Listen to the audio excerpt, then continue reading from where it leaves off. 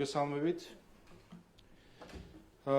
წინასაარჩევნო პერიოდის დასმის ფაზაში შესვლასთან ერთად სულ უფრო ცხადი ხდება, რომ ოპოზიცია ისტორიული მარცხის პირისპირ დგას. საზოგადოებისთვის უკვე ცხადია, რომ ოპოზიციის ცალკბად და უნიათოდ წარმოებული საარჩევნო კამპანია დაცლილია იდეებისგანაც კი გეგმებზე, რომ არაფერი ვთქვათ. ოპოზიციის კამპანია აგებულია მხოლოდ დაპირისპირებაზე, ნეგატივზე და ზიზღის ენაზე, რაც უკვე არაერთხელ გახდა მათი საარჩევნო მარცხის მიზეზი ბოლო 12 წლის განმავლობაში. რაც უფრო ნათელი ხდება ოპოზიციის უუნარობა, მით უფრო იმატებს ქვეყნის გარედან საარჩევნო პროცესში ჩარევის სიხშირე და სიმწვავე. უცხოელების განცხადებების და ქმედებების ინტენსივობა და შერჩეული დრო ქმნის იმის მყარ განცდას, რომ ქვეყნის გარედან მომდინარე ამ პროპაგანდის მიზანი ოპოზიციისთვის დღის წესრიგის შექმნაა, რაც ასეც ხდება. პირდაპირ მნიშვნელობით დღე არ გადის, რომ უცხოეთიდან არ იყოს რამე განცხადება, ინტერვიუ, სატელევიზიო ჩართვა, სტატია ან ვიზიტი, რომელიც პირდაპირ უკავშირდება საპარლამენტო არჩევნებს, ოპოზიციის დღის წესრიგს და ეს ინფორმაცია შემდეგ ინაცვლებს ოპოზიციის კუთვნილ მედიაში. შედეგად, წინასაარჩევნო პერიოდში ქართული მედია დაკავებულია უცხოეთიდან მომდინარე მოსაზრებების ტირაჟირებით, რაც საარჩევნო გარემოს არათანაბარს ხდის და მის დემოკრატიულობაზე და სამართლიანობაზე მხოლოდ ნეგატიურად ზემოქმედებს. ამგვარი მასშტაბური ჩარევა საარჩევნო პროცესში აჩენს კითხვებს, ხომ არ არის უცხოეთიდან ჩარევა მოსახლეობის პოლიტიკურ არჩევანზე ზეგავლენის და არჩევნების შედეგების მანიპულირების მიზანმიმართული ცდელობა. სხვა ქვეყნის საშინაო პოლიტიკაში, განსაკუთრებით კი არჩევნებში ჩარევა ეწინააღმდეგება ჩვენს საერთო დემოკრატიულ ღირებულებებს და სახელმწიფოს სუვერენიტეტის პატივისცემის პრინციპს. ჩაურევლობის პრინციპი არის წესებზე დაფუძნებული საერთაშორისო წესრიგის ქვაკუთხედი, რომელიც ნათლად არის გათვალისწინებული გაეროს წესდებით. აღნიშნული პრინციპი ხაზს უსვამს, რომ ყველა სახელმწიფო სუვერენულ თანასწორობას და მათ უფლებას წარმართონ თავიანთი საქმეები გარე ჩარევის გარეშე. აღნიშნული პრინციპი განმტკიცებულია გაეროს არაერთ დეკლარაციით, რომელთა მიხედვითაც არც ერთ სახელმწიფოს ან სახელმწიფოთა ჯგუფს არ აქვს უფლება ჩაერიოს პირდაპირ ან ირიბად რაიმე მიზეზით ნებისმიერი სხვა სახელმწიფოს შიდა თუ გარე საქმეებში. ხელისუფლების არჩევა ხალხის პრივილეგიაა და არა უცხოეთის მოქალაქეების უფლება-მოვალეობა, თუნდაც ისინი პარტნიორები იყვნენ. ამგვარი ჩარევა გავლენას ახდენს არჩევნების სამართლიან და თანაბარ პირობებში ჩატარებაზე, იმისთვის რომ ხალხს მიეცეს თავისუფალ, თანასწორ და სამართლიან გარემოში არჩევანის გაკეთების შესაძლებლობა. იმ გამოწვევის ფონზე, რომელიც დღეს წესებზე დამყარებულ საერთაშორისო წესრიგს აქვს, მნიშვნელოვანია, რომ განსაკუთრებით დასავლეთის წარმომადგენლებმა ამ ღირებულებების მიმართ ერთგულება არა მხოლოდ სიტყვით, არამედ საქმითაც დაადასტურონ. მინდა წინასაარჩევნო პერიოდის დასვით ეტაპზე საარჩევნო კამპანიაში ჩარევისგან თავშეკავებისკენ მოუწოდო ჩვენს უცხოელ პარტნიორებს, რათა საქართველოს მოსახლეობას მიეცეს საშუალება გარედან ჩაურევლად საკუთარი შეხედულებით, რწმენითა და მოსაზრებით მისცეს სხვა იმ პოლიტიკურ ძალას, რომელსაც საჭირო ჩათვლის და არ დაექვემდებაროს გარედან თავსმოხვეულ არჩევანს. უცხოური პროპაგანდა არავითარ შემთხვევაში არ შეიძლება ჩაითვალოს თავისუფალი და თანასწორი საარჩევნო გარემოს წინაპირობად. დემოკრატიულ საზოგადოებაში ნებისმიერი მოქალაქის უფლებაა არჩევანი გააკეთოს არამალწომიერი ზეგავლენისგან თავისუფალ გარემოში, რადგან ქვეყნის მომავალი მხოლოდ ჩვენი მოქალაქეების გადასაწყვეტია. დღეს წარმოგიდგენთ ჩვენი პარტიის მონიტორინგის ჯგუფის მიერ ჩატარებულ მონიტორინგს, მედია მონიტორინგს, სადაც ჩანს ის განცხადებები, ინტერვიუები, მიმართვები თუ სხვა სტატიები ასე შემდეგ, რომელიც ეხება საქართველოს არჩევნებს და წარმოადგენს საქართველოს არჩევნებში ჩარევას, კერძოდ არის ერთი პარტიის მიმართ ნეგატიური და საბოლოო ჯამში ქმნის იმის აღქმას და მოწოდებას, რომ ხმა თავი შეიკავონ ერთი პარტიის მხარდაჭერისგან, ამ შემთხვევაში ქართულ ოცნებას გულისხმობ. თქვენ ხედავთ სექტემბრის განმავლობაში, 22 სექტემბრის ჩათვლით, არათუ პრაქტიკულად, სიტყვით, ბუკვალურად დღე არ არის, რომ უცხოეთიდან არ კეთდებოდეს ან განცხადება, ან ინტერვიუ, ან პირდაპირ ჩართვა ოპოზიციურ ტელევიზიაში, ან რომელიმე სტატია არ იბეჭდებოდეს, სადაც ნეგატიურ ჭრილში არის წარმოჩენილი საარჩევნო მარათონში მონაწილე ერთი პარტია, ქართული ოცნება, ხოლო სხვა პარტიები დადებით ჭრილში არიან წარმოჩენილი, ან საერთოდ არ არიან წარმოჩენილი. 21 დღის განმავლობაში 90 ასეთი განცხადება თუ სტატია ვნახეთ, მათ შორის 4 სტატია იყო და ამავე დროს 3 ვიზიტი განხორციელდა, როგორც გახსოვთ. მათ შორის იყო ერთი კონფერენციის ფარგლებში, სადაც ბევრი უცხოელი მონაწილე იყო და იმ დღეების განმავლობაში გულისხმობ მაკეინის, ეგრეთ წოდებულ მაკეინის კონფერენციას.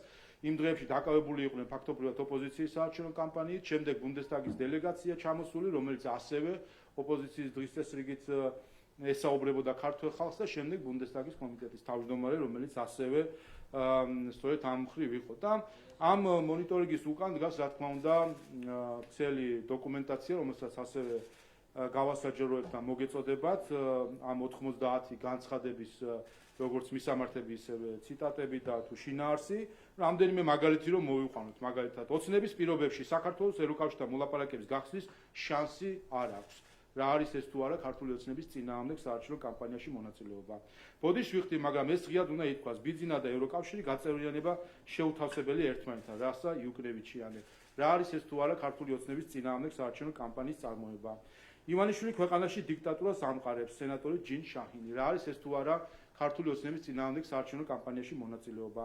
ქართულ ხალხს ოქტომბერში ექნება საშუალება მოიშოროს თაღლითები და მოიპოვოს კონტროლი საკუთარ მომავალზე. სენატორი ჯიმ რიში. რა არის ეს თუ არა ქართული ოცნების საწინააღმდეგო კამპანია. მიდით ქართველებო, შეაჩერეთ ევროპისგან უკუსვლა, თქვენ ნამდვილად გსურთ, რომ მომდევნო ბელარუსი გახდეთ, თქვენს პრორუს ლიდერებს ძალიან ცუდი მიმართულებით მიხავდათ. მაიკ მაკფოლი, ამერიკელი ექსპერტი, რომელიც მათ შორის სანქციების საკითხშია ჩართული, საქართველოს აქვს არჩევანი დემოკრატიას ან ავტორიტარიზმს ევროკავშირს და იზოლაციას შორის. მიხაილ როტი, ბუნდესტაგის დეპუტატი. ყველა ეს ციტატები, რა თქმა უნდა, ადასტურებს, რომ ეს არის პირდაპირ მონაწილეობა საქართველოს საარჩევნო კამპანიაში ქართული ოცნების საწინააღმდეგოდ, ოპოზიციის სასარგებლოდ, რაც წარმოადგენს, როგორც მე მოგახსენეთ, ჩაურევლობის პრინციპის დარღვევა, რაც გახლავთ საერთაშორისო სამართლით გამყარებული პრინციპი, გაეროს წესდებით გამყარებული პრინციპი და სამწუხაროა, როდესაც ერთის მხრივ ჩვენ დღევანდელ არსებულ გამოწვევებზე როცა ვსაუბრობთ და იმაზე, რომ წესებზე დამყარებული საერთაშორისო წესრიგი კითხვის ნიშნის ქვეშ დააყენა რუსეთმა, ამ დროს ჩვენ ვხედავთ, რომ ჩაურევლობის პრინციპი, რომელსაც ზუსტად არღვევს რუსეთი უკრაინასთან მიმართებით, ირღვევა საქართველოსთან მიმართებით. და ვხედავთ, რომ ამ განცხადებების უმეტესობა სამწუხაროდ მოდის დასავლეთიდან, ჩვენ რუსეთის მხრიდანაც ვნახეთ განცხადებები, როდესაც ეუთოს მისიასთან დაკავშირებით იყო ერთ-ერთი ეს განცხადება, რა თქმა უნდა, ესეც გახლავთ ზეგავლენის მოხდენის მაგალითი არჩევნებზე, თუმცა სამწუხაროდ ამ ერთი განცხადების საპირწონედ დგას დასავლეთიდან, აი 90 განცხადება მხოლოდ 21 დღის 3 კვირის განმავლობაში.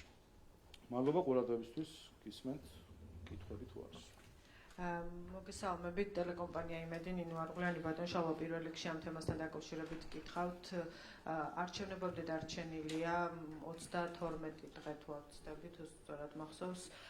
ელოდებით თუ არა ამ პროცესის გააქტიურებას, ხვალ ვიცით, რომ სენატში ჯინ შაჰინის ინიციატივით განიხილება საქართველოს საკითხი და რა მასშტაბები შეიძლება შეიძინოს და რა არის სამის პრევენცია, რა შეიძლება იყოს თქვენი მხრიდან. ჩვენ ეს კვლევა და მონიტორინგი იმიტომაც ჩავატარეთ, რომ ემპირიულად დასტურდება მონაწილეობა საარჩევნო კამპანიაში გარედან და ვხედავთ ჩვენ, რომ აწყობილია გარკვეულწილად და რაღაცნაირად შეხმიანებული არის ქვეყნის გარედან განცხადებები, შემდეგ მისი ტირაჟირება ქართულ მედიაში, შემდეგ მისი კომენტირება ოპოზიციისგან, ამის ჩართვა საარჩევნო აგიტაციის ნარატივში, ამიტომ ეს ერთი შეკრული წრე არის, ერთი საარჩევნო კამპანია, რომელსაც ოპოზიციას ფაქტობრივად გარედან უწარმოებენ. ჩვენ უყურებთ შიგნით რა ხდება ოპოზიციას. არათუ რაიმე საარჩევნო გეგმა დანაპირები აქვს, იდეების სანაც კი არიან დაცლილი და ოპოზიცია ხედავთ, რომ მოქალაქეებთან შეხვედრების კი არა აქვთ ნორმალურად და საერთო ჯამში მთელი კამპანია აწყობილია გარედან შემოგდებული თუ მოწოდებული თემებით. რა თქმა უნდა, ჩვენ სხვათა შორის აგვისტოს მონიტორინგიც გვაქვს, აქ არ არის აღმოჩენილი. აგვისტოში დაახლოებით 20 ასეთი განცხადება იყო და როგორც კი დადგა სექტემბერი, გაუთხმაგდა ფაქტობრივად ინტენსივობა განცხადებების და ეს გვაძლევს ჩვენ იმის ფიქრის საშუალებას, რომ ბოლო 4 კვირა რაც დარჩენილი არის, თუ 5 კვირა ამ ბოლო კვირებში უფრო ინტენსიური გახდება ეს ყველაფერი. ამიტომაც არის ჩემი მოწოდება. ეს არ არის მხოლოდ რაღაც გემოვნების და ესთეტიკის საკითხი. ეს არის ქვეყნის სუვერენიტეტის და საერთაშორისო სამართლის პატივისცემის საკითხი. სცემენ თუ არა პატივს საერთაშორისო სამართალს, გაეროს წესდებას, ჩაურევლობის პრინციპს ჩვენი მეგობრები უცხოეთიდან და თუ კი სცემენ პასუხს ეს არის მხოლოდ სიტყვები და არის საქმითაც, მაშინ რა თქმა უნდა მოქალაქეებს უნდა მისცენ შესაძლებლობა, რომ თავად ჩამოყალიბდნენ თავის არჩევანში და არ მოახვიონ თავს ის არჩევანი, რომელიც მათ შესაძლოა სურდეთ. ეს ციტატები ზუსტად ამას მეტყველებს. ეს ციტატები პირდაპირ გახლავთ ჩვეულებრივი საარჩევნო მოწოდებები ქვეყნის გარედან, რაც კიდევ ერთხელ ეწინააღმდეგება ჩვენ საერთო დემოკრატიულ ღირებულებებს. მე კითხვა მაქვს გავაგრძელებ ანტიკორუფციული ბიუროს გადაწყვეტილებით თქვენ ალბათ მოისმინეთ, სადაც ითქვა, რომ რამდენიმე ორგანიზაცია მოქალაქეთა პოლიტიკური გაერთიანების შესახებ კანონის ქვეშ მოექცევა. კონკრეტული მიზეზი დასახელდა ამის.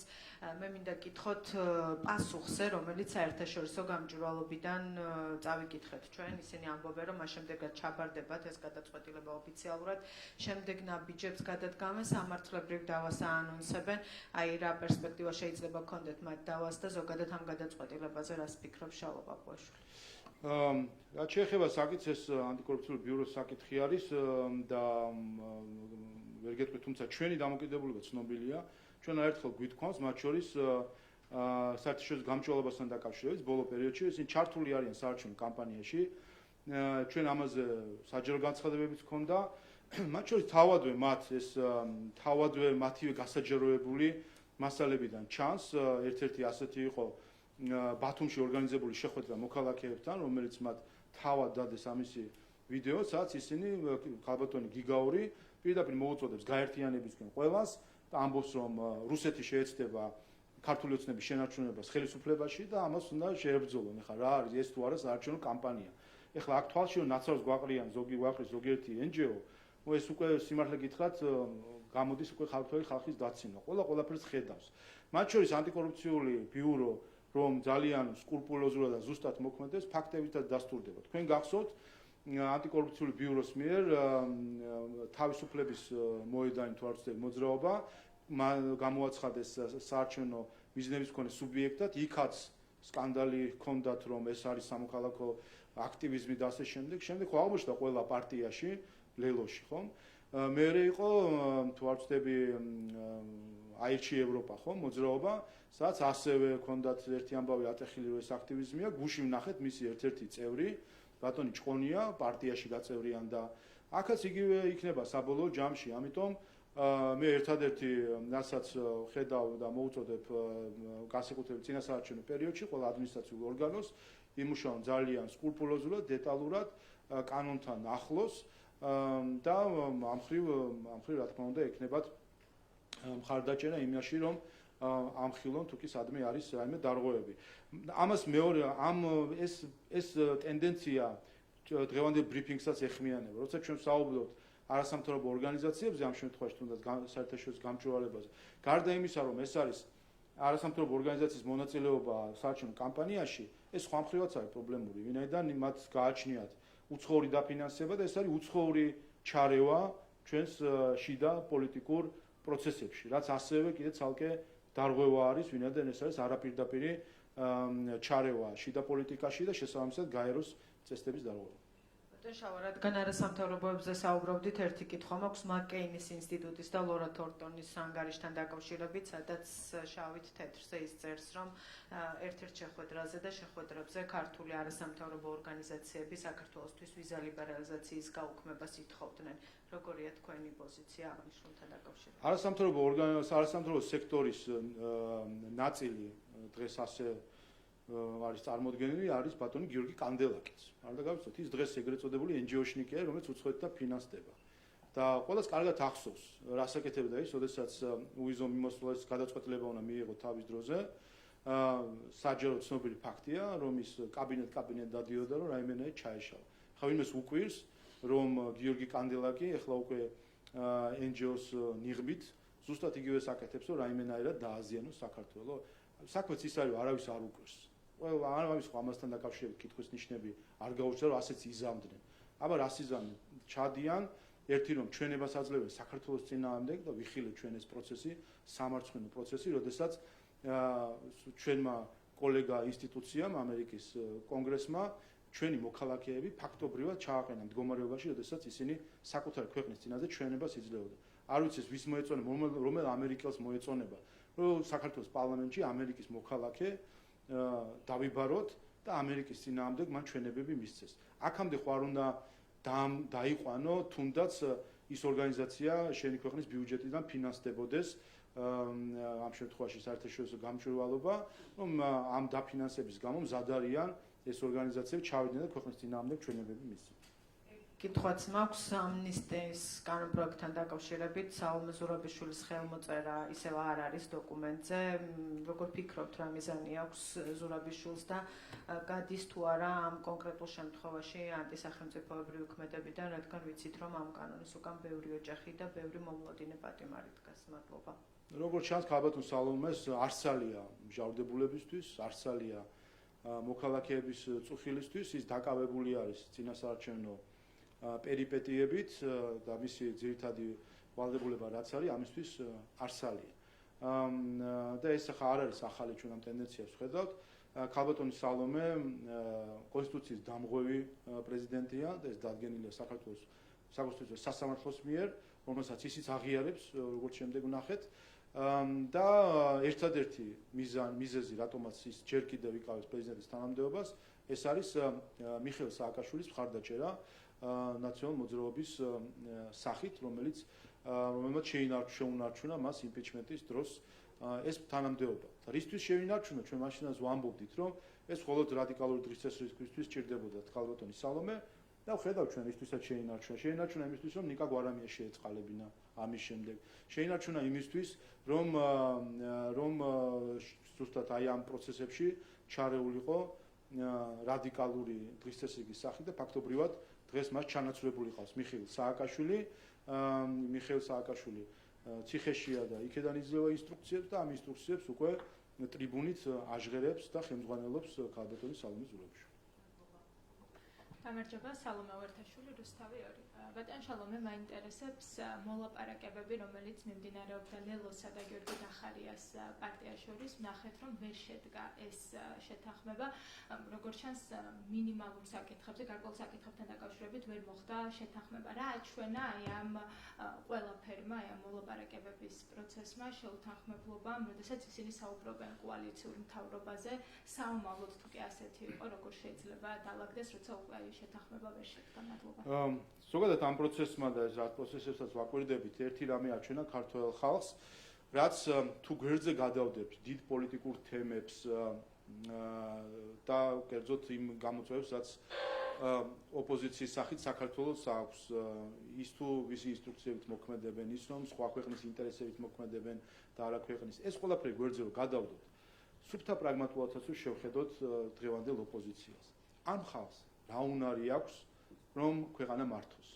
ხალხს, რომელსაც არანაირი გეგმა არ აქვს, არანაირი ხედვა არ აქვს და ერთადერთი დაკავებული არიან იმით, რომ რაღაც ხელოვნური რაღაცა პლატფორმები ჩამოაყალიბონ და იმასაც ამბობენ საბოლოო ჯამში, რომ რაღაც ტექნიკურ მთავრობა შექმნიან თითქოს, ანუ ამ ქვეყანის ხელმძღვანელობა კი არ უნდათ. ქართველი ხალხის ინტერესების თუ მათი სატკივარის გაზიარება და ამაზე მუშაობა კი არ უნდათ. უნდათ რაღაცა მოკლე პოლიტიკური მიზნები, რომელიც დასახული აქვს იმისთვის, რომ ჩაიგდონ ხელში ძალაუფლება და მე რას გააკეთებენ კაციშვილმა არ იცის აქედან რომ შეხედათ. აი ესეთი ქაოტურები არიან საბოლოო ჯამში და რატომ არიან ესეთი ქაოტურები? რატომ არის რომ ლიდერები არ ყავთ სინამდვილეში? ხო ხედავთ, ეს არის რაღაც სხვადასხვა სახე, რომელსაც ანაცვლებენ იმის მიხედვით თუ როგორ შეხედავენ პრობლემული თუ გახდება ერთი სახე მეორეთი ჩაანაცვლებენ, იმიტომ არ ყავს რომ არც ჭირდებათ ლიდერი. როდესაც იღებ მითითებებს გარედან, იქ ლიდერი შეიძლება ხელისშემშლეც კი იყოს. ამიტომ ეს არის ერთგვარი ერთფეროვანი რაღაც გაერთიანება, საერთო ეგრეთ წოდებული კოლექტიური ნაციონალური მოძრაობა, რომელიც მოქმედებს არა საკუთარი გადაწყვეტილებით, არა გარედან კარნახით და ასეც იქნება. ამისთვის უნდათ ხელისუფლება, მათ არ უნდათ თავისთვის და არ უნდათ იმისთვის, რომ ეს ქვეყანა მართონ. ეს ხელისუფლება მათ უნდათ იმისთვის, რომ მე ლანგარით მიართვან თავის უცხოელ თუ გარე მფარველებს. მოგესალმებით, გამარჯობა. მოგესალმებით, თათია მაყაშვილი, საზოგადოებრივი მაუწყებელი. ევროპის საბჭოს დელეგაცია არის ჩამოსული, როგორც ვთქვით, დღეს გაქვთ დაგეგმილი შეხვედრა და რა იქნება თქვენი მთავარი გზავნილები, მით უმეტეს იმ ტენდენციის ფონზე, რასთან დაკავშირებითაც ისაუბრეთ ცოტა ხნის წინ წინასაარჩევნო გარემოსთან დაკავშირებით. მქონდა მე უკვე შეხვედრა, მათ შორის გუშინ მქონდა EUTHOS მისიასთან შეხვედრა, დღეს საპარლამენტო ასამბლეის დელეგაციასთან შეხვედრა, საერთო რა თქმა უნდა, მათაც აინტერესებს ჩვენი შეფასება როგორია და გაუზიარეთ ჩვენსაც ხედავთ არის მეტნაკლებად 7 გარემოში მიმდინარეობს წინასაარჩევნო კამპანია. ისიც უთხარი ეს გარკვეულწილად მაშინებს მე და იმ ხრივ რომ ეს არ იყოს რაღაც სიჩუმე ქარიშხლის წინ, იმდენად 7 არის გარემო. ასევე გაუზიარე ჩემი შეშფოთებები იმ საკითხებზე, რომელზეც დღესაც ვისაუბრე, მათ შორის სადამკვირვებლო ორგანიზაციების ჩართულობა, ადგილობრივი გულისხმობ ჩართულობა საარჩევნო კამპანიაში და ამაზე ვთხოვე ყურადღების გამახვილება EUTHOS დელეგაციას. საპარლამენტო ასამბლეასთან ჩვენ ისედაც გვაქვს მჭიდრო ურთიერთობა და ბევრ საკითხზე ვისაუბრეთ. და ერთადერთი ჩემი თხოვნა ყველა დელეგაციის მიმართ არის, რომ ვისწავლოთ, გამოვიტანოთ ჩვენი დასკვნები იმ გაკვეთილისგან, რომელიც 2020 წელს მივიღეთ და მივაქციოთ ყურადღება, ან გადაწყვეტილებები მივიღოთ, ან დასკვნები გამოვიტანოთ არა აღქმებით, რომელსაც ძალიან ადვილად აყალიბებს ერთად მოქმედი ოპოზიცია, არასამთავრობო სექტორი და მედია, არამედ დასკვნები გამოვიტანოთ ფაქტებით. 2020 წელს რამდენიმე თვე დაგჭირდა იმისთვის, რომ მათ შორის ევროსაბჭოს რეზოლუციაში მოხვედრილი წინადადება, რომ უბნების 8%-ზე იყო ბიულეტენების მეტობა, დაგვემტკიცებინა ამისი მცდარი ხასიათი. თუმცა სამწუხაროდ ამის გამოსწორება უკვე შეუძლებელია, ესეც უთხარი მე ევროპას პასეს დელეგაციას, რომ ეს წინადადება იმ რეზოლუციაში დარჩენილია, იმას ვეღარ ამოიღებს, ეს უკვე ისტორია, დარჩენილი ისტორია, როდესაც არასწორი ინფორმაცია აისახა ევროპის საბჭოს საპარლამენტო ასამბლეის რეზოლუციაში. ამიტომ მომავალში ეს გაკვეთილი უნდა გამოვიტანოთ და არა აღქმებით, არამედ ფაქტებზე დაყრდნობით გამოვიტანოთ ჩვენი დასკვნები. ასევე გკითხავთ, პარტია გახარია საქართველოს ჰქონდა ცოტა ხნის წინ ბრიფინგი, ნათია მეზრიშვილმა აღნიშნა, რომ წინასაარჩევნო გარემო არ არის მშვიდი და ბრალდებები იყო ქართული ოცნების მიმართ, რომ მათი ოპონენტების მიმართ მიმდინარეობს მუქარა თვალთვალი და ამაზე, როგორც ნათია მეზრიშვილი აცხადებს, არ არის სათანადო რეაგირება საგამოძიებო უწყებების მხრიდან. არ მიდევნია თვალყური, მაგრამ სერიოზულ კომენტარს ვერ გავაკეთებ გახარიას და მისი ჯგუფის ბრიფინგებზე. ერთ-ერთი რასაც მათგან ვისვეთ, ეს არის დაგვიჭერენ, დაგვაპატიმრებენ, გავიგეთ. დაგვიჭერენ, დაგვაპატიმრებენ და ეს არის ძირითადი მათი პოლიტიკური განაცხადი, მე მგონი, რაც აქვს. გასაგებია, წარსულში პროკურორი როცა იყო ადამიანი, ალბათ აქეთკენ მიუწევს ხელი და გული. და ბოლო კითხვა, ქარტიასთან დაკავშირებით სალომე ზურაბიშვილის, როგორ ფიქრობთ, როგორი პერსპექტივა აქვს ამ ქარტიის შესრულებას 26 ოქტომბრის შემდეგ? მადლობა. ეს კიდე ერთი საკითხია, რომელზეც სერიოზული მსჯელობა არ გამართლება, თუმცა ამას უნდა დაუფიქრდეთ ძალიან სერიოზულად, რა არის ეს ქარტია. ეს ეგრეთ წოდებული ქარტია, რომელიც ამბობს, რომ ტექნიკური მთავრობა უნდა შეიქმნას, რაღაც 1 წლით და ასე. ეს ფაქტობრივად არის დოკუმენტი, რომელიც ამ პოზიციაზე მართალია ჩვენი მხრიდან იმპიჩმენტ მხარდაჭერილმა, მაგრამ ფორმალურად ამ პოზიციაზე პრეზიდენტის პოზიციაზე ყოფნა ადამიანმა შეადგინა და საქართველოს გამოაცხადა ბანანის რესპუბლიკად. რომ საქართველოს და ქართულ ხალხს თუმე არ შეუძლია აერჩიოს ხელისუფლება, რომელიც მას 4 წელი მართავს ამ ქვეყანას. და თურმე რაღაცა დროებითი კონგლომერატები უნდა შეიქმნას. ეს ასეთი ქონდა 90-იან წლების დასაწყისში. შეიძლება, როდესაც ფقط საბჭოები იქმნებოდა დესტაბილიზებულ ქვეყანაში. ამ დოკუმენტის შემდგენი, ვინც არის და ხელის მომწერი, ყველა ამბობს, რომ ქართული ხალხი ვართ ბანანის რესპუბლიკა, რომელსაც არ გვაქვს უნარი, რომ ჩვენი ხელისუფლება ავირჩიოთ და ამ ხელისუფლებამ, დემოკრატიულად არჩეულ ხელისუფლებამ, დემოკრატიულ ვადაში, 4 წლის ვადაში მართოს ქვეყანა. ასე რომ აქვე ჩანს როგორ ხედავს ის ქართულ ხალხს მისი ცნობილი გამონათქვამი რომ ცოტა ხალხთან მაგრამ ცოტა მაღლაო მე მგონი ნამეტანი მაღლა ავიდა ქალბატონი სალომე და დაგყურებს ჩვენ ქართულ ხალხს როგორც შეუმდგარ ერს შეუმდგარ სახელმწიფოს რომელსაც იმის უნარიც კი არ გვაქვს რომ ხელისუფლება ავირჩიოთ და გქონდეს ის დემოკრატიული ვადები რომელიც ნორმალურ ქვეყნებში არის ამით გამოგვაცხადა არანორმალურ ქვეყანად გამარჯობა რუსუდან დუმბაძე თავი რამდენიმე კითხვა მაქვს პირველ რიგში თქვენს ბრიფინგზე გკითხავთ ჩვენ აი ამ ადამიანების ევროპარლამენტარების სენატიდან სენატორების ბუნდესტაგის წარმომადგენლების გაფრთხილებები გვახსოვს ვიდრე ხელისუფლება მიიღებდა რუსულ კანონს რომ ეს კანონი ქვეყანაში დემოკრატიის უკუსლას გამოიწვევდა და ამის შემდგომ რაც თქვენ ეს რეკომენდაციები არ გაითვალისწინეთ და მიიღეთ კანონი ბუნებრივია კრიტიკა გვესმის მათ შორის კრიტიკა ხელისუფლების მისამართითაც აი მიხაილ დროთის განცხადებას ვკითხულობ მომავალი არჩევნები რომ და ჩატარდეს თავისუფლად და სამართლიანად რატომ მიიჩნევთ რომ ეს მაინც და მაინც საარჩევნო კამპანიაა ქართული ოცნების წინააღმდეგ და ვის სასარგებლოდ არის მაშინ და ასევე წინა სლაიდზე ჩანდა რომ ჯიმრიში და ჯინშაჰინი ლიდერობენ ასე ვთქვათ უფრო მეტი განცხადება აქვთ გაკეთებული საქართველოზე ეთანხმებით თუ არა რუსულ დაზვერვას მაშინ რომ შეერთებულ შტატებს სურს ქვეყნის შიგნით საარჩევნო პროცესში ჩარევა და ხელისუფლების ცვლილება და რუსეთზე რატომ არ ხართ ასე მკაფიო მოვისმინე ერთი წინადადებით თქვენი პოზიცია რა იყო განცხადება ვიგილოთ საკმაოდ მძიმეა რუსული დაზვერვის განცხადებაც მას შორის შეერთებულ შტატებზე. უპირველეს ყოვლისა, რაც შეეხება განცხადებების დაკავშირებას საარჩევნო პროცესთან, მე ამიტომაც ვთქვი, რომ ინტენსივობა დრო, როდესაც ეს განცხადებები კეთდება, გვაძლევს ქმნის ამის საქმას, რომ ეს დაკავშირებული არის არჩევნებთან. სხვადასხვა კანონები თუ ასე ეს იყო ივნისში, იმის შემდეგ გავიდა ერთი თვე, ორი თვე გითხარით ასევე რომ აგვისტოს მონიტორინგიც გვაქვს და იქ არ იყო ასეთი ხშირი როგორც კი წინასაარჩევნო კამპანია გადავიდა აქტიურ ფაზაში დღეში 90 არის ჯამში საშუალოდ 4 სხვადასხვა განცხადება არის რომელიც ქმნის იმ დღის წესრიგს საერთო ჯამში და თქვენ როგორც მედიის წარმომადგენლები ამას ყველაზე კარგად ხვდებით რომ ფაქტობრივად უცხოური ამბების გადმოცემა იქცა თქვენი საინფორმაციო გამოშვებები ვიდრე ადგილობრივი ამბებისა რაც შეეხება განცხადებების შინაარსს, თქვენ ახლა ბატონი როთის განცხადების პირველი ნაწილი ახსენეთ თავისუფალი და სამართლიანი, რა თქმა უნდა, უნდა იყოს თავისუფალი და სამართლიანი, თუმცა აქაც შეიძლება შედავება იმ მხრივ, რომ რატო არის საერთოდ კითხვის ნიშანი, რომ თავისუფალი და სამართლიანი იქნება. რა ვისაც ეჭვეპარება, რომ თავისუფალი და სამართლიანი. ზუსტად ისეთივე სამართლიანი, როგორც 2016-ში, როგორც 2020-ში, ზუსტად ისეთივე თავისუფალი და სამართლიანი. მაგრამ თქვენ არ ყურადღება არ მიაქციეთ ამ განცხადების მეორე ნაწილს ბატონი როთისა, სადაც ისამს რომ საქართველოს არჩევანი აქვს დემოკრატიასა და ავტორიტარიზმს შორის. სად არის ეს არჩევანი? ვინ არის ავტორიტარიზმი? სად არის ეს არჩევანი? სოციალისტის წინააღმდეგ არის. გამარჯობა, ანუ ესე იგი ეს ანუ რა თქმა უნდა კონტექსტს რო უყურებთ და მის პოზიციებს რო უყურებთ, ის ზუსტად ეს არის, რასაც ის ცდილობს ქართულ ხალხს თავს მოახვიოს, თითქოს ასეთი არჩევანი არის დემოკრატიასა და ავტორიტარიზმს შორის.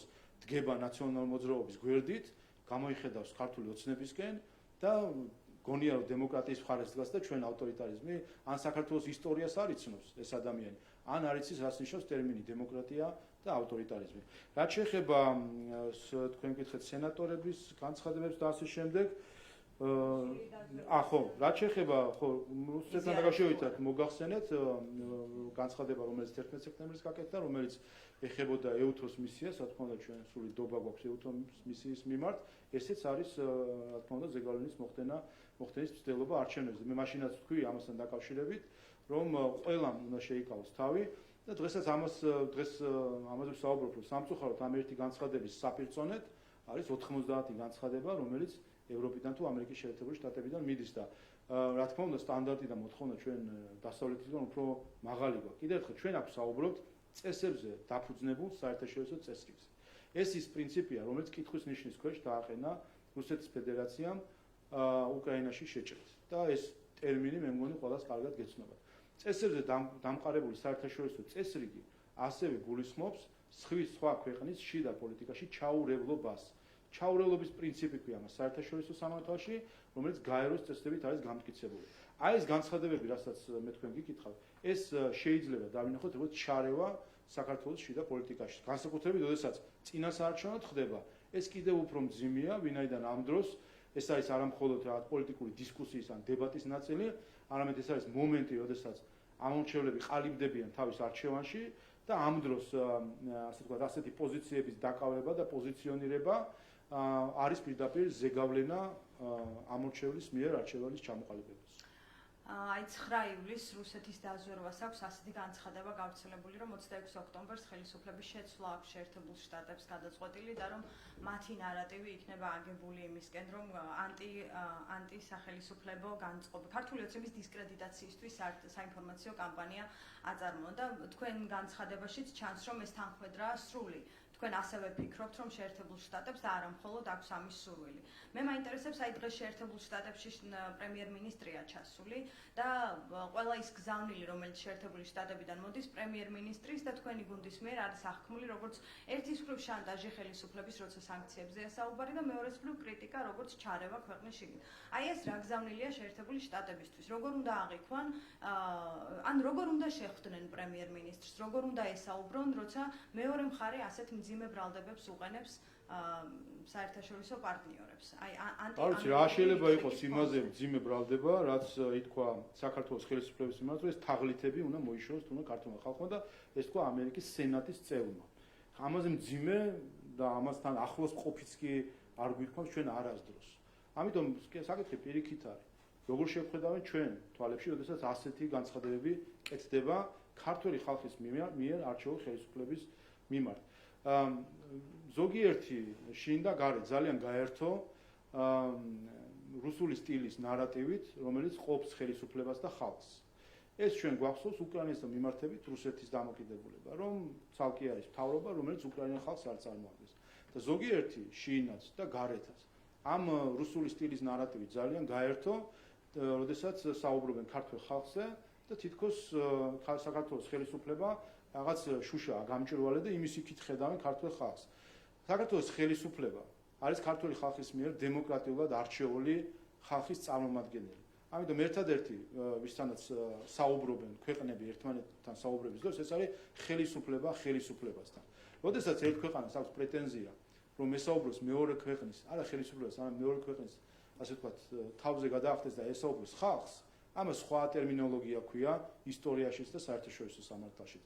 ხოლო რასაც ქვია ღირებულებები, ეს ასახულია ზუსტად გაეროს წესდებაში, რომელიც ამკვიდრებს ჩაურევლობის პრინციპს. ამას ამბობს პირდაპირ და მე წეგან წაგიკითხეთ, კიდევ ერთხელ მინდა რომ ეს ციტატა გაგაცნოთ მათ შორის გაეროს სხვადასხვა დეკლარაციიდან, არც ერთ სახელმწიფოს, ან სახელმწიფოთა ჯგუფს არ აქვს უფლება ჩაერიოს პირდაპირ ან ირიბად რაიმე მიზეზით ნებისმიერი სხვა სახელმწიფოს შიდა თუ გარე საქმეებში.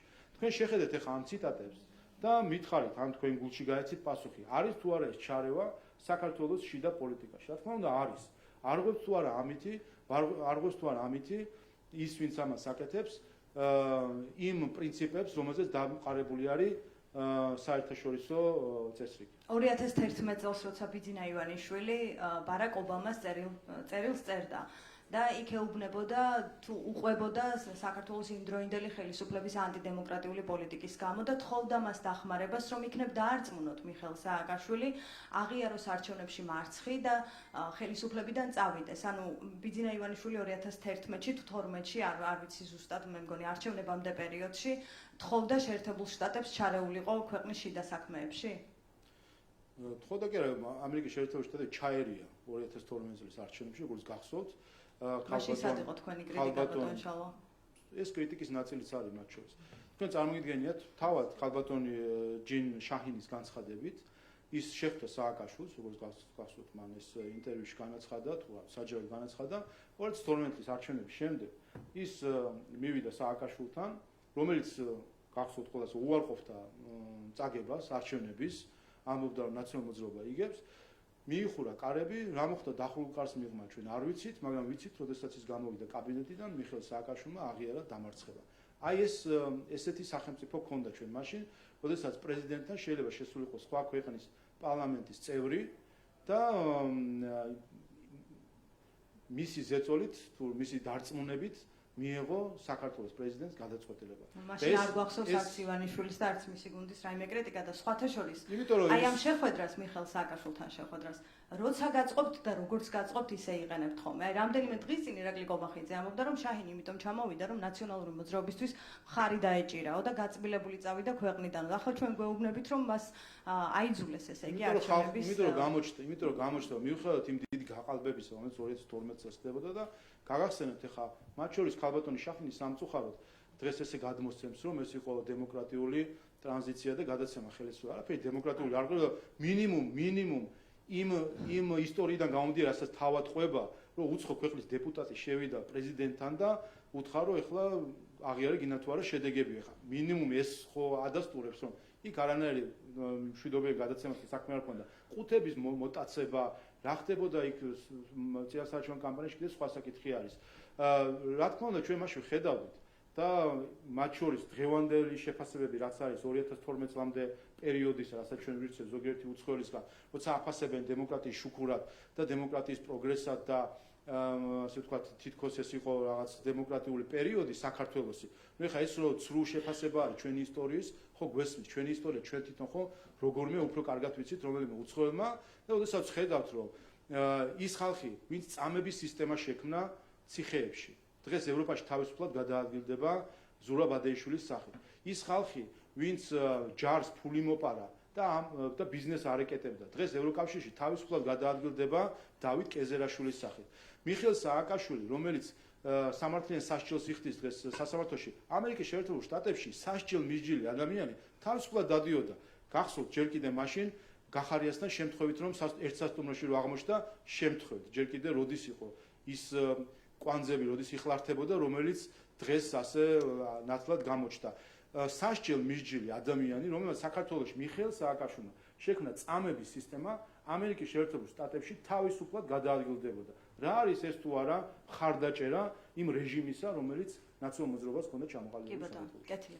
როგორც ჩვენ შაჰინის ჩარევა საარჩევნო პროცესში, როცა თქვენ იგებთ, გაწყობთ და როცა თქვენ წინააღმდეგ არის არ გაწყობთ. ეს არის საბოლოო რა არა, მე ერეოდა და პროტესტი არ იყო და დღეს მე გითხარით, წარმოგიდგენიათ რა სახელმწიფოში ცხოვრობთ, რომ უცხო ქვეყნის დეპუტატს შეუძლია შევიდეს ჩვენი სახელმწიფოს პრეზიდენტთან და იმისი დარწმუნებით თუ არ ვიცი რაც მოხდა დახულკარს მიღმა, ეს ურთიერთობა თქვენს გარწმუნებენ, თქვენთანაც არ შეხვედრით, მაშინ რა თქმა უნდა ეს ჩარევა იყო. რა თქმა უნდა ესეც იყო ჩარევა, მაგრამ იყო არ უნდა მისმინოთ რეკომენდაციები არჩევნებში დამარცხებულმა მარცხი რომ დააღიაროს და გამარჯვებულმა იზეიმოს ეს მე არ ვიცი ტევ პირველი და ლელო რას ფიქრობს, მაგრამ ჩვენ ვფიქრობთ ჩვენ ვართ დამოუკიდებელი სახელმწიფო, ჩვენ ვართ დამოუკიდებელი ერი და როგორც გითხარით მე მათ შორის გაეროს პრინციპები ჩვენ რატო ვართ აღშფოთებული რუსეთის მოქმედებებზე საქართველოში იქნება თუ ეს თუ უკრაინაში რატო ვართ აღშფოთებული ჩვენ გასაგებია ჩვენ მსხვერპლი ვართ მაგრამ საერთაშორისო საზოგადოება რატო არის აღშფოთებული საქართველოზე შეტკივა ყველა კუთხეში ყველას გული როგორც ერზე თუ იმიტომ რომ საერთაშორისო სამართლის პრინციპებს უგულებელყოფს ერთი სახელმწიფო ამბობს რომ მისთვის სულ ერთია ტერიტორიული მთლიანობა ჩაურევლობა ასე შემდეგ შეიძლება ჩაიროს სხვა სახელმწიფოში და მაშინ რაღა მორალური უფლება აქვთ იმ ქვეყნებს რომელიც პრეტენზიას უყენებენ რუსეთს თუ სხვა ქვეყნებს არის საერთაშორისო სამართლის დარღვევაში თუ კი თავად ჩაერევიან საქართველოს შიდა პოლიტიკაში და საარჩევნო პროცესში. კარგი, ამერიკაზე ბოლო კითხვას დაგისვამთ. ბაიდენის ადმინისტრაციასთან პირადად მექნება კომუნიკაცია, ირაკლი კობახიძემ ასე გითხრა, ვიდრე წავიდოდა, ახერხებს ვინმესთან შეხვედრას თუ იცით, თუ მოგვაწვდით ინფორმაციას. თქვენ გულისხმობთ ალბათ ბრიფინგს, რომელსაც იცით, რომ ამის შემდეგ ის ირაკლი კობახიძე შეხვდა ამერიკის ელჩს და ჰქონდა ამ თემასთან დაკავშირებით სანქციების საუბარი, რა თქმა უნდა, ელჩი არის შტატებში თუ ექნება შეხვედრა. არგონია ეს კიდე ერთხელ ეს არგონიათ ანუ არ იქნება შეხვედრა? მე ვერ გეტყვით დღის წესრიგში არ ვიცი, მაგრამ ყოველ შემთხვევაში ეს მისი ვიზიტი, პრემიერის ვიზიტი შეეხება გაეროს ასამბლეას და იქ გამოსვლას, ამიტომ ეს სრულად არის, რა თქმა უნდა, დღის წესრიგი დაკავშირებული გაეროსთან და არა ოლქრივ ვიზიტი. ვრცელდებოდა ინფორმაცია, რომ სალივანთან უნდა შეხვედრა და ეგეთ სისულელებს ვავრცელებთ, ეს კიდე ცალკე პრობლემაა საერთო ჯამში. მე საერთოდ მე მგონი ცალკე კომედიური ჟანრი იყო, რასაც ვაკვირდებოდით. ესე იგი, თავად მედიამ გამოიგონა ტყუილი, თავად აღშფოთდა ამ ტყუილზე, თავად მე ითხოვდა სხვისგან ამ ტყუილის უარყოფას და ასე შეკულ წრეში არ ვიცი, საკუთარ თავს აბრაზებდა მედიის გარკვეული ნაწილი. ნუ სისულელე მოკლედ ამის თქმა უნდა. კი ბატონო, უბრალოდ შეერთებულ შტატებშია ჩასული პრემიერ-მინისტრი, მის მთავრობას დასანქცირებით ემუქრებიან და ვინმესთან შეხვედრის მცდელობა რომ მქონდეს და სურვილი, ეს არც გაგვიგვირდებოდა პრინციპში. ანუ ბელგიაში თქვა ნამყოფი ევროკავშირში და არა ბელგიის ორმხრივ ვიზიტზე. ხო, მაგრამ სხვა საკითხია, როდესაც საერთაშორისო ორგანიზაციაშია ვიზიტი და არა ორმხრივი ვიზიტი. კარგი, კითხვა მაქვს სიებზე თუ შეიძლება 26-ში ვადა იწურება. ესე იგი გუშინ თქვენი გუნდიდან ერთ-ერთი დეპუტატი ამბობდა რომ 20-ეული უკვე წარდგენილია, 30 დამატებით არის დელეგატი, თუმცა აი ამ 50 კაცს მიღმა დარჩნენ დეპუტატები, რომლებიც საკმაოდ აქტიურობდნენ, აქტიური დეპუტატები იყვნენ, მათ შორის ვიცე-სპიკერი ნინო წილოსანი, არჩილ თალაკვაძე, ირაკლი ზარქო და ბევრი შეიძლება გაგვახსენდეს ახლა. ისინი ის მიღმა რჩებიან პარლამენტს მიღმა თუ რამდენი ადამიანის პარლამენტში შესვლა გაქვთ წარმოდგენილი არჩევნების შედეგად? სიები, როგორც თქვენ თქვით, 26 სექტემბერს არის ვადა წარდგენის დამოადაში წარდგება და გასაჯაროდება კიდევაც. გარწმუნებთ, რომ თქვენთვის საყვარელ სახეებს კვლავ ვიხილავთ პარლამენტში, ვინაიდან ჩვენ გარდა იმისა, რომ პარლამენტში გვეყოლება უდიდესი ნაწილი ჩვენი მეათე მოწვევის პარლამენტისა, ამავე დროს გვეყოლება ახალი სახეები ჩვენი საკონსტიტუციო უმრავლესობის ფარგლებში.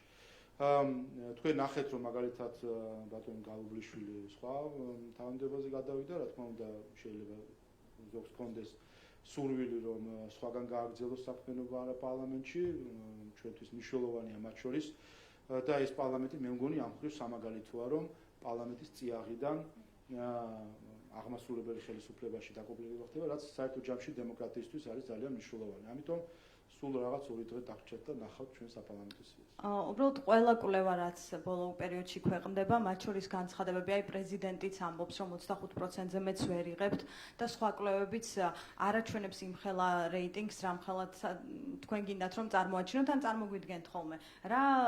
რამდენი ადამიანი შევა ქართული ოცნებიდან პარლამენტში? 50-ზე მეტი, როგორ მოხერხდება, როცა 25%-იან განცხადებას ჩვენ რეიტინგებზე ზრუნვას ჯობია რომ ხელი მოაწეროს ამნისტიას, ხალხი ელოდება, 1000 ადამიანი ელოდება აი ამ დღეებში, ეს დღეები უკვე ელოდებოდა მის ხელმოწერას 1000-მდე ადამიანი, რომელსაც უნდა დატოვოს საშიავსების დაწესებულებები და იმის გამო რომ ის ხელს არ აწერს და დაკავებული არის ხაზარაძე და გახარიასთან შეხვედრებით და ამ იმ საკითხებით, რომელიც მის კომპეტენციას ცდება და ის კიდევ ერთხელ არღვევს კონსტიტუციას. ყოველდღიურად ქალბატონი სალომე არღვევს კონსტიტუციას განმეორებით, რეციდივია უკვე მის მხრიდან კონსტიტუციის დარღვა და ნაცვლად ამ რეიტინგებზეც ჯობია რომ ხელი მოაწეროს ამნისტიას. რაც შეეხება ის თუ რამდენი შევა, ჩვენ განცხადი გაკეთებული გვაქვს, რომ ჩვენ საკონსტიტუციო უმრავლესობას ვუმიზნებთ, ეს არის ჩვენი მიზანი საარჩევნოდ და სწორედ ასე ვაპირებთ შესვლა. მიზანი გასაგებია, თუმცა შესაძლებლობა რამდენად აქვს ქართულ ოცნებას და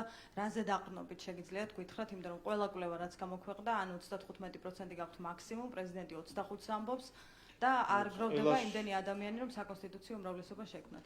ხო ხედავთ ეს ერთი და იგივე მაშინ ვართ თამაში შესული, რა კარგია რომ NDI აღარ აქვეყნებს კვლევებს, სხვა შორის. ამით მაინც ხო დაისვენა ქართულმა საზოგადოებამ.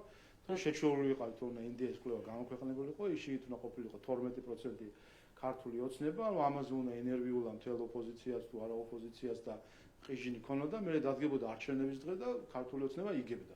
აი ეს გვაძლევს ამის საფუძველს, რომ გამოცდილება გვაჩვენებს ჩვენ, რომ ის როგორც ჩვენ ვაფასებთ ხოლმე ჩვენ საარჩევნო მიზნებს საბოლოო ჯამში მართლა მათ შორის შეგახსენებთ და ეს სხვათა შორის შემდეგ მედიაშიც იყო ირაკლი ყობახიძე მანდატებით ასე ვთქვათ წინასწარ განჭვირდა რამდენი მანდატი ექნებოდა ქართულ ოცნებას 2020 წლის პარლამენტში მანდატების არა თუ პროცენტები თქვა 90 მანდატი რო გვექნებოდა ეს თქვა და 90 მანდატი ავიღეთ 2020 წლის მანდატი ახლა ხო არ გაქვთ დათვლილი თქვით ახლა კიდევაც რომ საკონსტიტუციო უმრავლესობა არის ჩვენი მიზანი ასე რომ ამას უმიზნებთ მადლობა თუ დრო ბატონო შალომ მოგესალმებით. მეც რამდენიმე კითხვა მექნება. მოკლედ პირველ რიგში დავიწყებ 25-ში სენატში არის ქართული ხალხის აქტის მოსმენა, ასე ქვია, ინიციატორია ჯინშაჰინი და აქტში სრული მხარდაჭერა NGO-ების მიმართ და ასევე საუბარია ყველანაირი დაფინანსების შეჩერებაზე, სანქციებზე და მათ შორის სტრატეგიული დიალოგის შეჩერებაზე.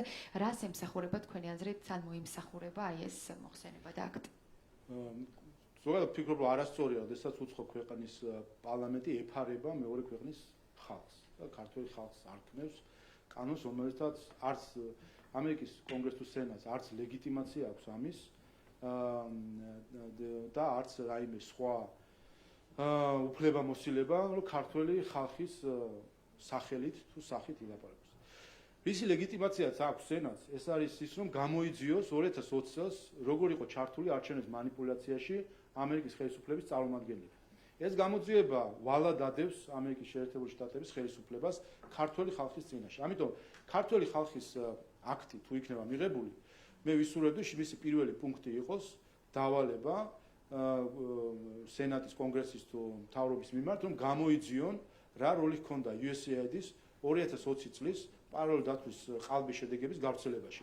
რა როლი ჰქონდა მაშინდელ ელჩს ამერიკის შეერთებულ შტატებში ამ манипуლირებული შედეგების არ გავრცელებაში.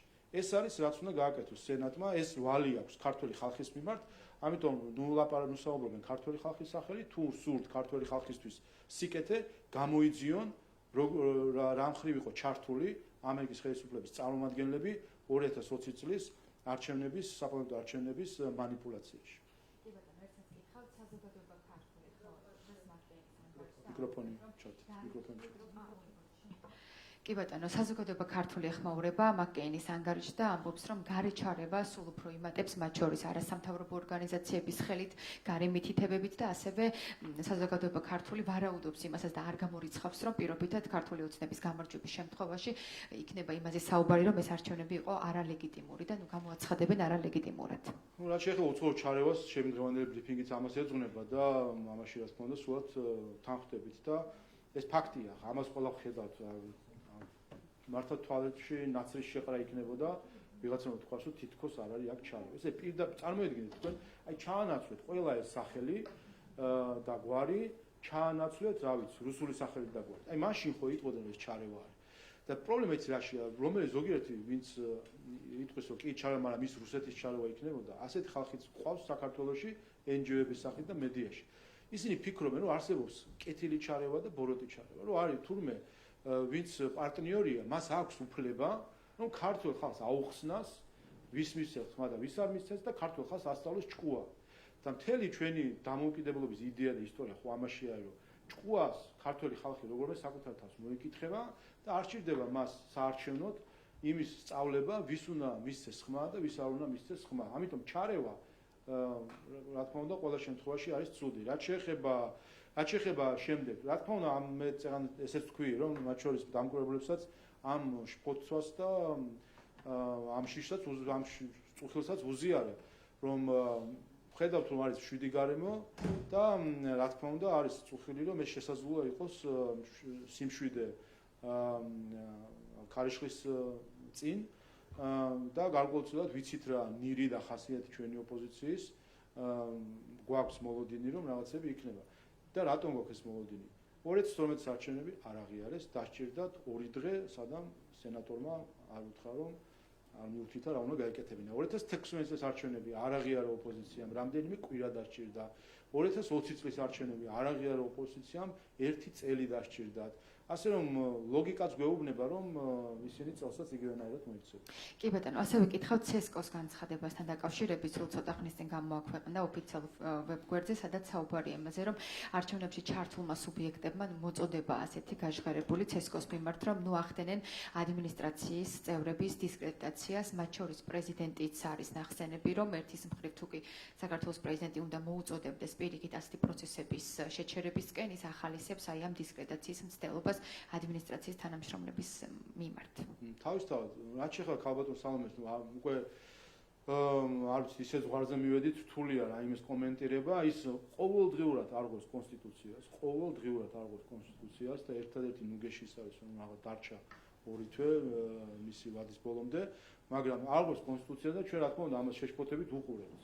და ვაკვირდებით სადამდე მიდის მისი ეს კონსტიტუციის დარღვევის ნაბიჯები, მან ფაქტობრივად ყველა სახელმწიფო დემოკრატიულ ინსტიტუტს გამოუცხადა ბრძოლა. აღარ დაასახელეთ რომელიმე კონსტიტუციური ორგანო, რომელზეც ის არა თუ რაიმე კრიტიკა და დამოკიდებულება კი არა, პირდაპირ შეურაცხყოფაზე არის გადასული ყველას მიმართ.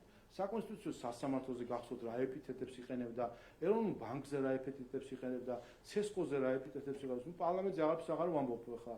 ჩვენს მიმართ რა მიდგომები აქვს, სასამართლოზე რა ეპითეტებს იყენებს ადამიანი, რომელიც უმაღლეს თანამდებობას იყენებს იკავებს საქართველოში. ამიტომ კიდევ ერთხელ ჩვენ მაშინვე ვთქვით, ის რომ მიხეილ სააკაშვილმა შეინარჩუნა სალომე ზურაბიშვილი ამ პოზიციაზე, იმით რომ ნაციონალურ მოძრაობამ ხარი არ დაუჭირა მაშინ იმპიჩმენტს და ამითი კონსტიტუციის დამრღვევი პრეზიდენტი დარჩა თანამდებობაზე, ეს იყო გარიგება, რომ შემდეგ მას უნდა ეთამაშა შესაბამისი როლი დესტრუქციაში და ვნახეთ, რაც არის და ყოველდღიურად ჩვენ ამისი მოწმე ვართ. ეს არის ზუსტადად გარედან ნაკარნახევი თამაში, რომელსაც ისინი ანგრევენ სახელმწიფოს სისტემას საერთო ჯამში. ერთი ბოლო კითხვა მექნება ამერიკის ხმის ინფორმაციით შეერთებულმა შტატებმა ბიძინა ივანიშვილის წინააღმდეგ სანქციების პაკეტი შეიმუშავა და თქვენი აზრით რას ემსახურება მსგავსი გადაწყვეტილება?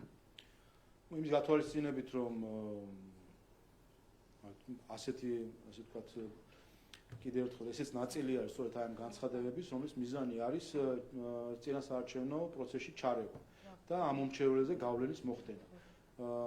აქედან გამომდინარე, რა თქმა უნდა, ეს არის ნაწილი იმ ჩაურევლობის პრინციპის დარღვევისა, რომელიც საერთაშორისო სამართლით და გაეროს წესდებით არის აღიარებული. სამწუხარო რომ ამას ვხედავთ ჩვენ და ამაზე უფრო მეტი სამწუხარო ის არის, რომ ხა ეს მედიები გახლავთ უცხო ქვეყნის სახელმწიფო მედიები არის და როდესაც ქართველი ადამიანები ჩართული არიან საკუთარ ქვეყნის წინააღმდეგ პროპაგანდაში, ეს რა თქმა უნდა გულსაკლავია განსაკუთრებით. მადლობა. მოგესალმებით, თათია ბაიჭაძე, ტელეკომპანია მთავარი არხი. ბატონ შალვა, სალომე ზურაბიშვილმა ქართული ოცნების ქცევას რუსობა უწოდა. რას ემსახურება ეს განცხადება, რომ შეაფასოთ და მან ასევე აღნიშნა, რომ ქართულ ოცნებას არჩევნები აქვს წაგებული და მხოლოდ დაპირისპირებას აღვივებს. მე და ჩემი ნაბადიო დასრულდება ბიზნესთან ერთად. ხო, არაფერი რა უნდა ვთქვა საერთო ჯამში. კიდევ ერთხელ, ყოველი მისი სიტყვა არის კონსტიტუციის დარღვევა, რასაც ის აკეთებს ეს დღეები, მას ქართულმა ხალხმა მისცა ისეთი თანამდებობა, რომელიც არის ისტორიაში უნიკალურია, როდესაც ადამიანი პრეზიდენტის თანამდებობას იკავებს, ხო? და გახსოვთ როგორ იყო ეს. ქართულ ხალხმა პრინციპში მას ხმა არ მისცა. და ქართულმა ოცნებამ საკუთარი რეპუტაციით გაიყვანა მაშინ რეპუტაცია შელახული კანდიდატი. გახსოვთ ეს ყველას გვახსოვს. და ხალხი მივიდა არჩევნებზე, გადააბიჯა თავის უარყოფით დამოკიდებულებას ქალბატონი სალომეს მიმართ, თავის კრიტიკას მის მიმართ, გადააბიჯა ქართული ოცნების ხათრით მის სახმა და ამ ხალხს გადააბიჯა საბოლოო ჯამში ქალბატონმა სალომე და ყოველ დღე ასე გადმობიჯებაში არის ქართული ხალხი. რუსობასთან დაკავშირებით რა კომენტარს გავაკეთებთ? რუსულად ქართული ოცნების ქცევა. აბა რა უნდა ვთქვა, თუ ის ფიქრობს, რომ რუსული აქცევა, როდესაც ქართული ხალხის ინტერესების მოქმედება, მაშინ საერთოდ ვერ ხვდება რა არის ხალხის ინტერესების მოქმედება. ეს არის პრობლემა, რომ მას ბმა ქართულ ხალხთან არ აქვს. სინამდვილეში ეს გამოჩნდა. ის არ არის დაკავშირებული ამ ხალხთან, რომელსაც გამოვლილი აქვს ბევრი რამე განსაკუთრებით 90-იანი წლებიდან მოყოლებული და არ ესმის ამ ხალხის არც ტკივილი, არც იმედები, არც მიზნები, არც განცდები, არც წუხილები. არაფერი არ ესმის და მოქმედებს ხვების დავალებით და რა უნდა ვთქვი, რაც უთხრეს უნდა თქვა, იმას ამბობს. ბატონ შალვა, ექნება თუ ყობახიძის ვიზიტთან დაკავშირებით მინდა გითხრათ ამერიკაში იმყოფება, როგორ ფიქრობთ, ექნება თუ არა მას ცდილობა ბიძინა ივანიშვილის სანქციებისგან გადარჩენის? უპირველეს ყოვლისა კიდევ ერთხელ ეს გახლავთ გაეროში ვიზიტი, ეს არის ომხრივი ვიზიტი და ამ ვიზიტის ამოცანა არ არის ომხრივი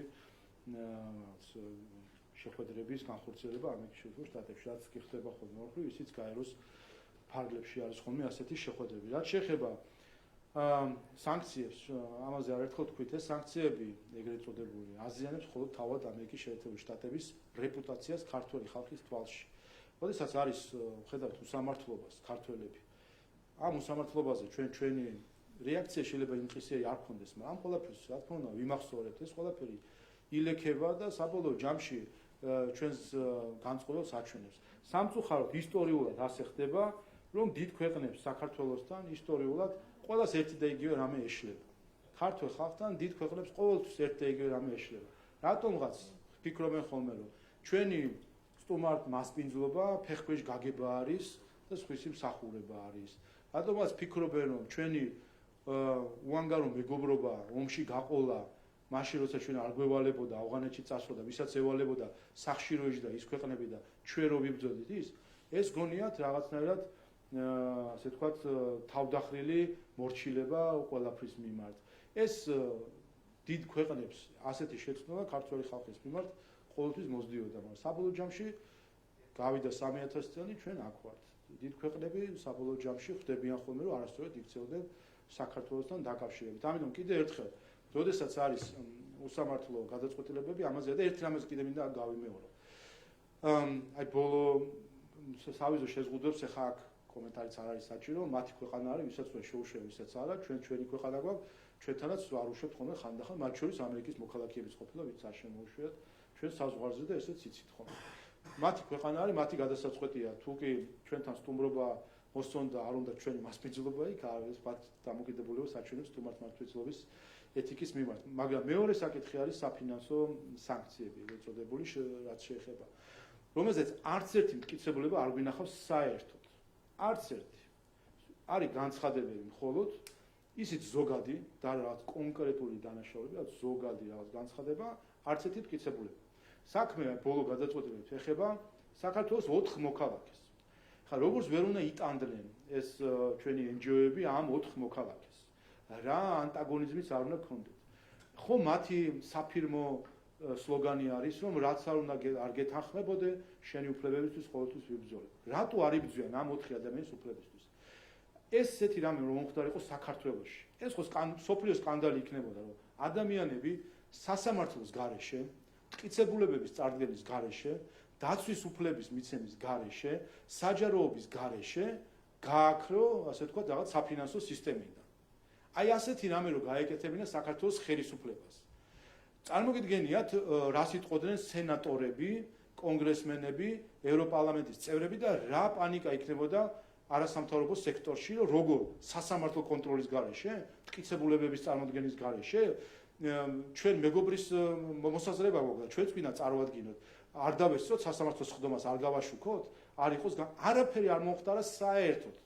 ამ გადაწყვეტილების დროს აბსოლუტურ დახურულ კარს მიღებული პოლიტიკური გადაწყვეტილება ყოველგვარი სამართლებრივი საფუძვლის წარმოდგენის გარეშე. რატომ არიან ჩუმად NGO-ები? იცით რატომ? იმიტომ ეს NGO-ები ფინანსდებიან ამერიკის შეერთებული შტატების ბიუჯეტიდან. და მათ აქვთ სავარაუდოდ ეს შიში, რომ თუ კი ისინი რამეს იტყვიან და გააკრიტიკებენ ამერიკის შეერთებული შტატების ხელისუფლებას, რომ გადაწყვეტილება იყო მიღებული სასამართლოს კი აღარ არსებობს. ხო, ანუ სამართლიანობის ნებისმიერი სტანდარტის დარღვევით, ან ნულს ქვემოთ სტანდარტით იქნება ეს გადაწყვეტილება მიღებული, ამას თუ იტყვიან, ისინი ამას იტყვიან საკუთარ დამფინანსებასთან დაკავშირებით. და მე შეიძლება დამფინანსების კითხვები გაუჩნდესო, კი მაგრამ მე თუ მაკრიტიკებ, იქნება აღარ დაგაფინანსო. აი ეს აქვს, აი სავალალო მდგომარეობა ჩვენ სინამდვილეში სამოქალაქო ეგრეთ წოდებულ სამოქალაქო საზოგადოებაში, რომელიც სინამდვილეში დაყვანილი არის NGO სექტორამდე, რომ საკუთარ მოქალაქეებზე ხმას არიღებენ, რომ მათი უფლებები რაიმენარად დაიცვან კითხვის ნიშნავს და კი მაგრამ ერთი მტკიცებულება უნდა იყოს. ბრალდებაც კი არ არის წარმოიდგინე. ხო, ზოგადი განცხადება, რომ ვიღაცა რაღაცაშია გარეული, მაგრამ კონკრეტული ბრალდება შენ ამადამ დღეს, ამადამ რიცხვში გააკეთე ეს და ამიტომ ვაწესებ სანქციას. საერთოდ არაფერი. ეს არ ვიცი ხა არ მინდა იმ ქვეყნის სახელი თქვა, რომელი ქვეყნის სტანდარტი შეიძლება ეს იყოს, მაგრამ აი ძალიან რო უყვართ ხოლმე იერარქიის მიწებება, აი იმ ქვეყნის სახელი მოუხდებოდა, აქ ჩადება, რომ აი ეს სტანდარტია, რაც ჩვენ ვნახეთ საქართველოს მოქალაქეების მიმართ.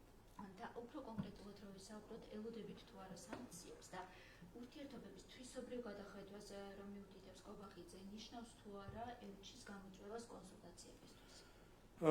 ჩვენ წინასწარ არ ვსაუბრობთ იმ ზომებზე, რომელზეც ფიქრ მივიღებთ იმ შემთხვევაში, თუ კი გაგრძელდება საქართველოს ქართულ ხალხის თავდასხმა ასეთი სახით. და ჩვენ იმედი გვაქვს, რომ ეს არასწორი ტრაექტორია საქართველოსთან ურთიერთობით შეიცვლება, დაუბრუნდება სამართლიან კალაპოტს და არ იქნება ასეთი სახით, რაც პირდაპირ არის თავდასხმა ჩვენს მოქალაქეებზე, როდესაც მათთვის დაცვის უფლების ჩამორთმევით, სამართლიანი სასამართლოს უფლების ჩამორთმევით, მტკიცებულების წარდგენის ნახვის უფლების ჩამორთმევით, გამჭვირვალე პროცესის უფლების ჩამორთმევით ხდება ამ ადამიანების ამოშლა მთლიანად სისტემიდან. თქვენ ხომ წარმოიდგინეთ ხა რაც შეეხება ასეთ სანქციებს, ხომ? რომ ფაქტობრივად ერთ ოთახში, ერთ ღილაკზე დაჭერით აღმოჩნდა, რომ თუნდაც შეუძლიათ საფინანსო სისტემიდან გააქრონ ვიღაც ინდივიდი.